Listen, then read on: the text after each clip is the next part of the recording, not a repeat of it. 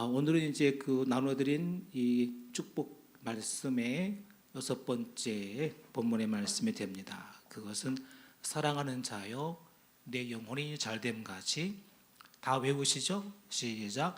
사랑하는 자여 내 영혼이 잘됨 같이 내가 범사에 잘되고 강건하기를 내가 간구하노라. 순복음교회 전초영기 목사님이 이거 하나 가지고 한국교회 이렇게 했잖아요. 참 노래까지 만들어서 얼마나 귀한 말씀이고 얼마나 대단한 말씀인지요.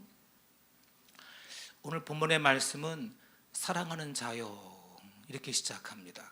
한 장로님 놔두세요. 내려오세요. 편안하게 말씀 들으세요. 물 건너갔습니다. 주일날까지 고치면 되고요. 편안하게 그냥 말씀 들으시면 되겠습니다. 예. 사랑하는 자여 그렇게 부르면서 아마 아주 다정하게 부를 것 같고 또 사랑스럽게 그렇게 불렀겠죠. 사랑하는 자여 그렇게 부른 겁니다. 끝에는 내가 간구하노라 그렇게 말했습니다. 두 개만 이어봐도 사랑하는 자여 내가 너를 위해 이제 간구하고 축복한다 그렇게 말씀하고 있는 겁니다. 사랑하는 자여 내가 너를 위해 축복하고 간구한다. 너를 위해 기도하고 있다. 이 말만 들어도 우리에게 얼마나 힘이 됩니까? 여러분 사랑한다면 기도해 주어야 되고 축복해야 될 줄로 믿습니다.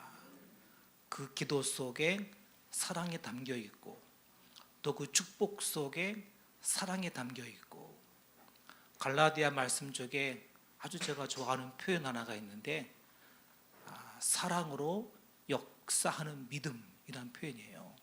따라해 보실까요? 사랑으로 역사하는 믿음. 그러니까 믿음은 믿음인데 사랑으로 역사하는 믿음. 성경 중에 가장 강력한 믿음이 아니겠나 그런 생각이 듭니다. 오늘 요한 3서도 축복하는데 사랑하는 자여라고 부르면서 축복하고 지금 그를 위해 간절히 기도하고 있는 겁니다. 먼저 여러분 사랑하는 자여 그렇게 부르고 있습니다. 여러분 사랑한다면 먼저는 말로 표현해야 될 줄로 믿습니다. 사랑을 표현하는 많은 방법이 있지만 첫 번째 그리고 가장 중요한 것은 말로 사랑한다고 말하는 것입니다. 아무리 사랑한다 할지라도 다양한 표현을 하고 선물도 주고 별걸 다 해도 말로 사랑한다고 말하지 않는다면 마치 다이아몬드 반지에 다이아몬드가 빠진 것과 같습니다. 빛나지 않습니다. 집 한 채를 줘도 사랑한다고 말하는 것 한마디만 오히려 못하는 경우도 많이 있다라는 걸 생각하면 오늘 한국교회는 또 한국 사람들은 너무 엄격하고 유교적인 전통 속에 있어서 그런지 말로 사랑한다는 말을 많이 배우지 못한 것 같습니다. 그래서 옛날 노래 중에 그런 노래 있어요. 사랑한다고 말할 걸 그랬지. 아세요? 이게 트로트로 불러야 되는데 저는 트로트를 안 치나가지고 사랑한다고 말할 걸 그랬지 이런 거예요. 네? 님이 아니면 못 산다 할 것을 그러다가 결국 말 못하고 망설이다가 가버린 사랑 근데 그 제목이요. 그 제목이 님은 먼 곳이에요. 이제는 고백할 시간이 지났다 그런 얘기입니다. 사랑한다고 말할 걸 그랬지. 그만큼 사랑한다는 것은 말로 표현하는 게 중요하다는 걸 얘기하고 있는 것이죠. 우리 한번 해보실까요? 사랑합니다. 사랑합시다가 아니고요. 사랑합니다예요. 틀린 거예요. 사랑합시다는 남 빼놓고 너나 할 수 있어 그거지만 니다는 내가 하는 거거든요. 자, 옆에 있는 분한테 사랑합니다. 혹시 여기 자기네 가족이 왔다면 가족을 보세요. 자기 가족 식구가 왔다면 자기 가족한테 사랑합니다 한번 해요. 사랑합니다. 예. 할렐루야. 예. 사랑한다면 사랑한다고 말하는 게 다이아몬드인 줄로 믿습니다. 또 사랑한다면 축복해 줘야 됩니다. 축복은 상대방이 잘 되기를 바라는 겁니다. 룻기의 3장 1절에는 그런 말씀이 있습니다. 룻이 나오미가 시어머 룻에게 하는 말이 내가 너를 복되게 해야 하지 않겠냐. 내가 너를 복되게 해야 되지 않겠냐. 복되게 하고 싶다. 무슨 뜻일까요? 물론 이거는 이제 구체적으로는 이제 가정을 꾸며줘야 되겠다. 너도 좀 행복한 가정을 누려야지. 그런 그 문맥의 뜻이 있습니다. 더 폭넓게 본다면 단순한 가정만은 아닐 것 같아요. 인생 전체를 볼 때 내가 너를 복되게 해야 되지 않겠냐. 어떤 번역은 행복이라는 말로 번역을 했어요. 내가 네 인생도 좀 이제는 행복하게 만들어줘야 되지 않겠니? 여러분 이게 그 사랑 많은 시어머니의 며느리를 향한 사랑이고 사랑의 마음의 표현이에요. 내가 너를 복되게 하고 싶다라는 겁니다. 룻은 어떤 자입니까? 모압 여인이잖아요. 나오미를 따라서 먼 베들레헴까지 낯선 땅으로 왔고 자기 남편 죽고 그리고 이 낯선 곳에 와서 시어머니를 그렇게 복양하고 섬기고 그랬어요.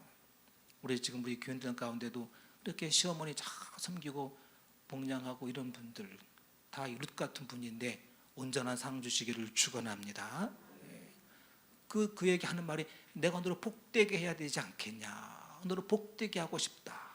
참 포괄적인 의미가 담겨 있는데 그 어머니의 마음이 거기 잘 표현되어 있습니다. 너를 행복하게 해주고 싶구나. 너도 참 이제부터라도 잘 살기를 바란다. 그런 마음입니다.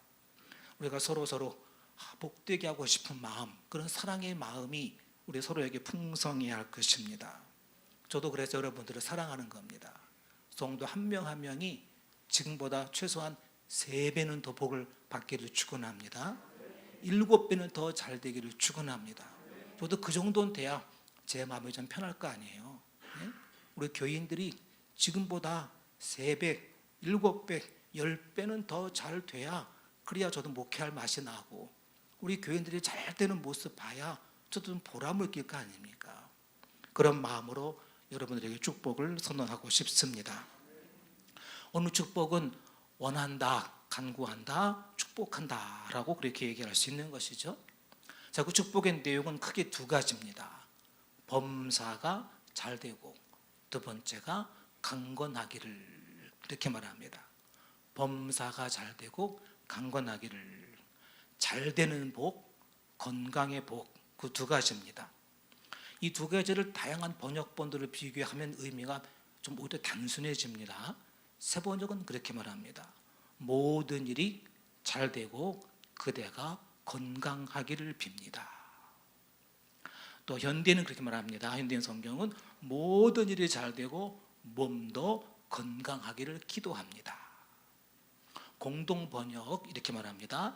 그대가 하는 모든 일이 다 잘 되어 나가기를 빕니다. 나오네요.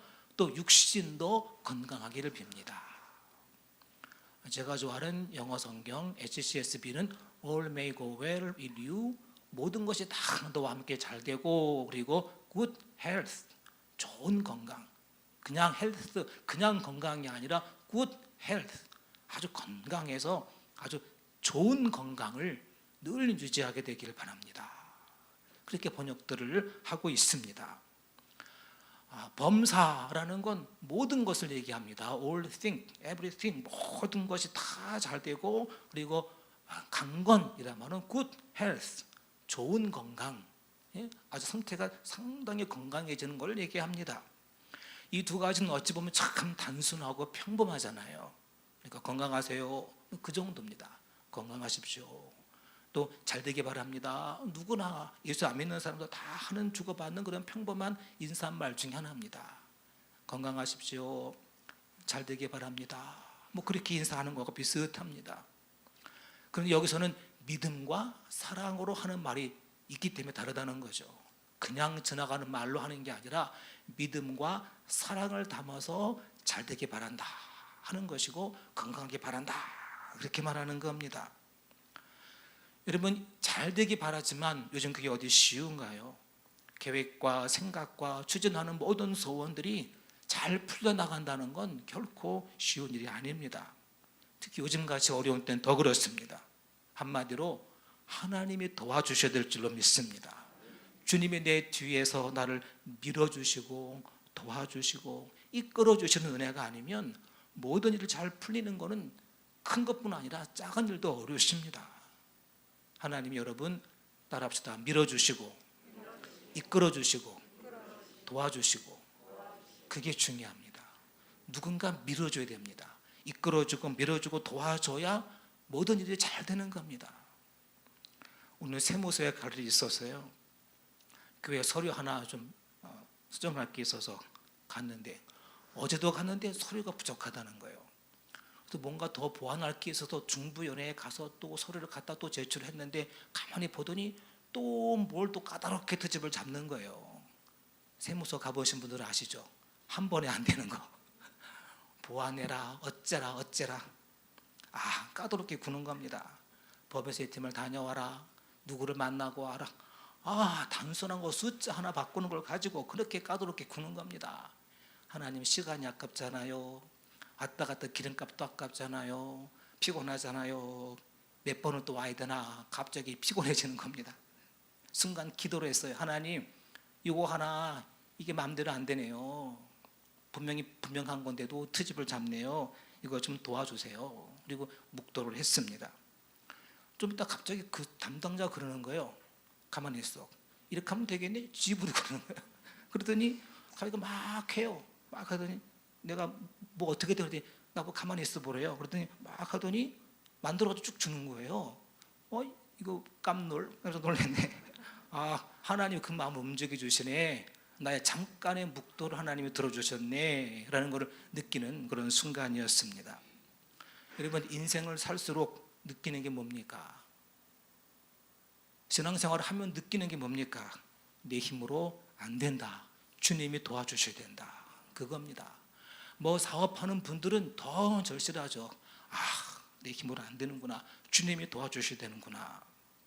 스가랴서 6절 말씀, 이는 힘으로 안 되고 능으로 안 되고 오직 나의 영으로 되느니라. 이 말씀이 신앙의 뭐 귀신 쫓는 문제가 아니라 뭐 병 고치고 뭐 이런 귀신 쫓는 영적 싸움에서가 아니라 우리 매일의 삶 범사에서 느끼고 있는 게 이 말씀입니다. 또 빌립보서 말씀에 내게 능력 주시는 자 안에서 내가 모든 것을 할 수 있느니라, 그렇게 말씀하고 있는데, 내게 능력 주시는 자, 여러분 앞에 말이 중요합니까? 뒤에 말이 중요합니까? 내게 능력 주시는 자 안에가 중요합니까? 모든 걸 할 수 있다는 게 중요합니까? 앞에 게 중요하죠. 아무리 내가 할 수 있다? 아닙니다. 능력 주시는 자 안에 있어야 가능하다라는 걸 고백하게 되는 겁니다. 그래서 찬송가 늘 갈수록 많이 부르게 되는 그겁니다. 의지하세, 의지하세, 주 의지하세. 3번이나 의지하세, 의지하세, 의지하세. 어제 새벽에 있는 말씀에도 이스라엘아 여호와를 의지하라, 그런 너의 도움이시여 방패시로다. 아론의 집이여 여호와를 의지하라, 그런 너의 도움이시여 너의 방패시로다. 하나님을 경외하는 너희들아 여호와를 의지하라, 그런 너의 도움이시여 방패시로다. 의지하라고 네 힘으로 안 된다고 말씀하고 있는 줄로 믿습니다. 또 찬송가에도 그런 찬송이 있지 않습니까? 세월 지나갈수록, 그 다음 뭐예요? 의지할 것뿐일세, 아무 일을 만나도 예수 의지합니다. 하나님 의지하고 사는 게 인생이요 믿음의 덕이 쌓이는 모습인 줄로 믿습니다. 너는 범사의 그를 인정하라, 그리하면 너의 길을 지도하시리라, 잠언도 말씀하고 있습니다. 여러분이 한 해 동안도 하나님을 의지하며 살아가게 되기 바라고, 신앙은 그걸 배우는 것 같아요. 하나님을 의지하고 사는 법을 배우고, 죽는 순간에도 하나님을 의지하고 죽고 자손들에게 가르치는 것 딱 하나, 하나님을 의지하고 사는 법을 가르치고 남기는 것이 가장 큰 유산인 줄로 믿습니다. 다음은 건강을 위해 축복하고 있습니다. 좋은 건강 주시기를 이라고 말하는 겁니다.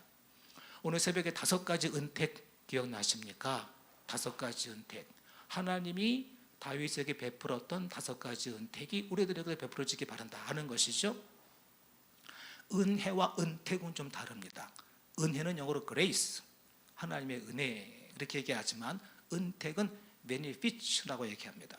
그것은 마치 우리가 직장 다니다가 직장 그만두면 고용보험 받는 분 있잖아요. 또는 실업급여 받는 거, 또는 우리가 장애인 되면 거기에는 수당이 나오는 거, 어려운 일을 당했을 때 갑자기 돌아가시면 또 우리가 기초수급자가 되면 나라에서 주는 그런 어떤 혜택, 그런 것들을 얘기해요.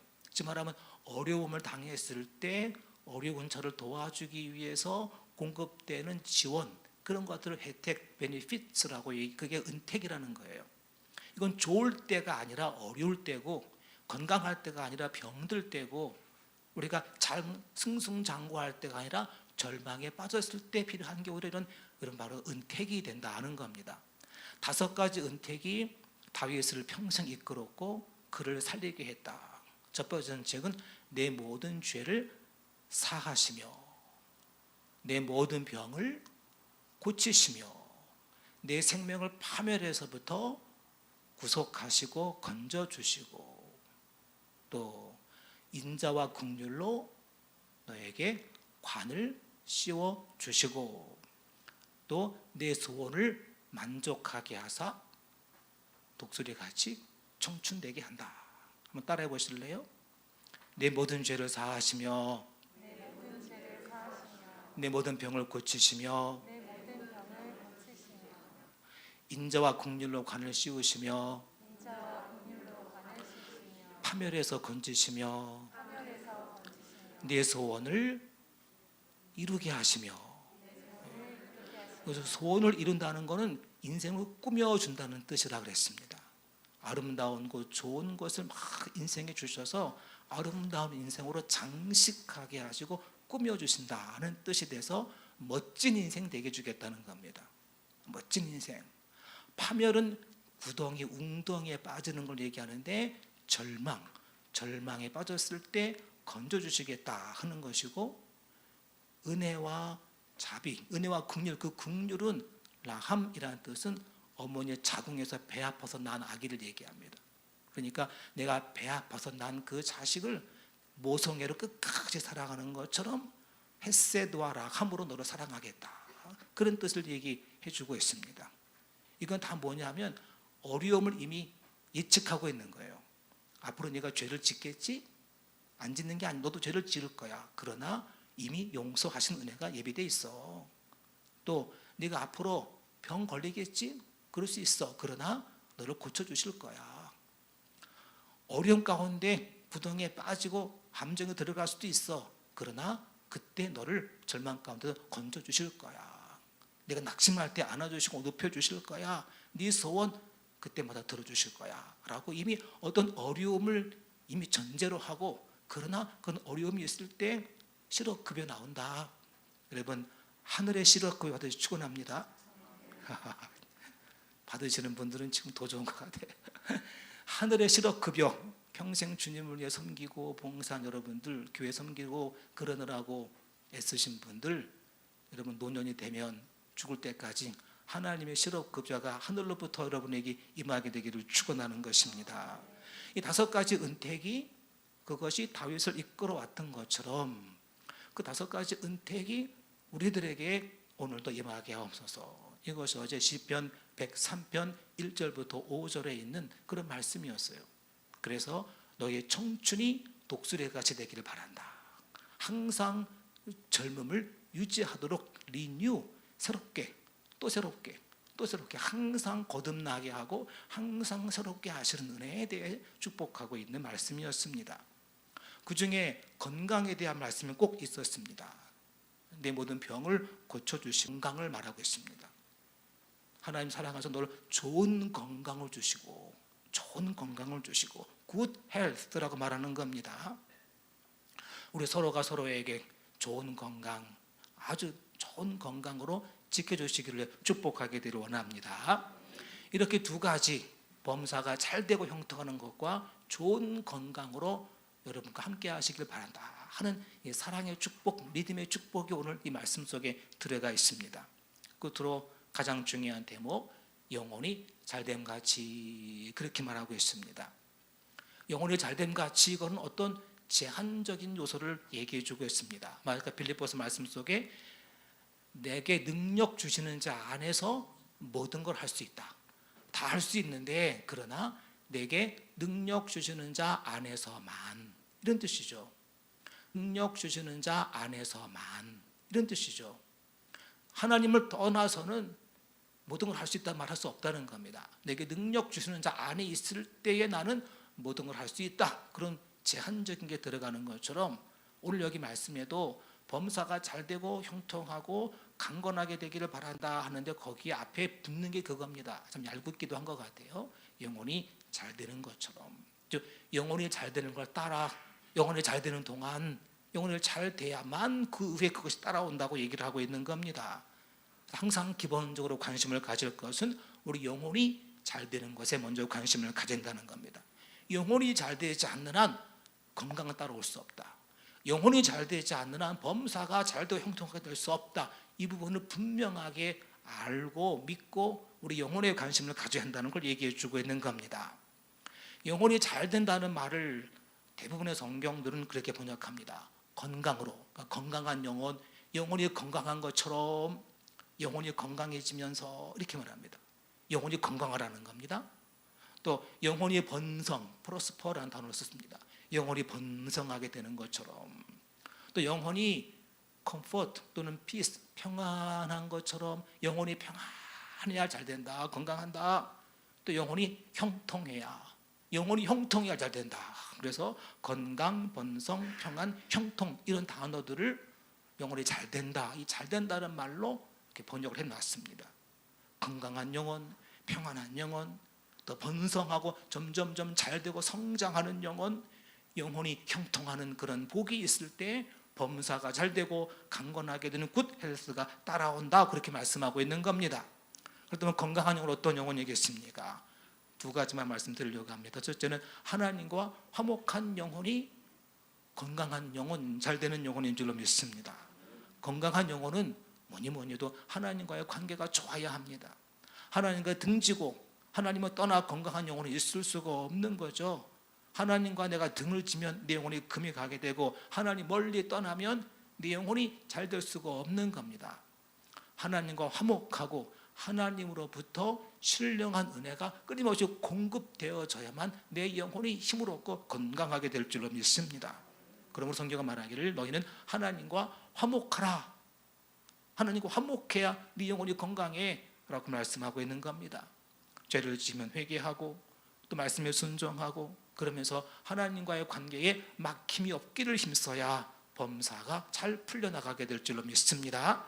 두 번째는 성령 충만해야, 성령 충만한 영혼이 건강한 영혼입니다. 여러분, 이 한 가지가 가장 중요해요.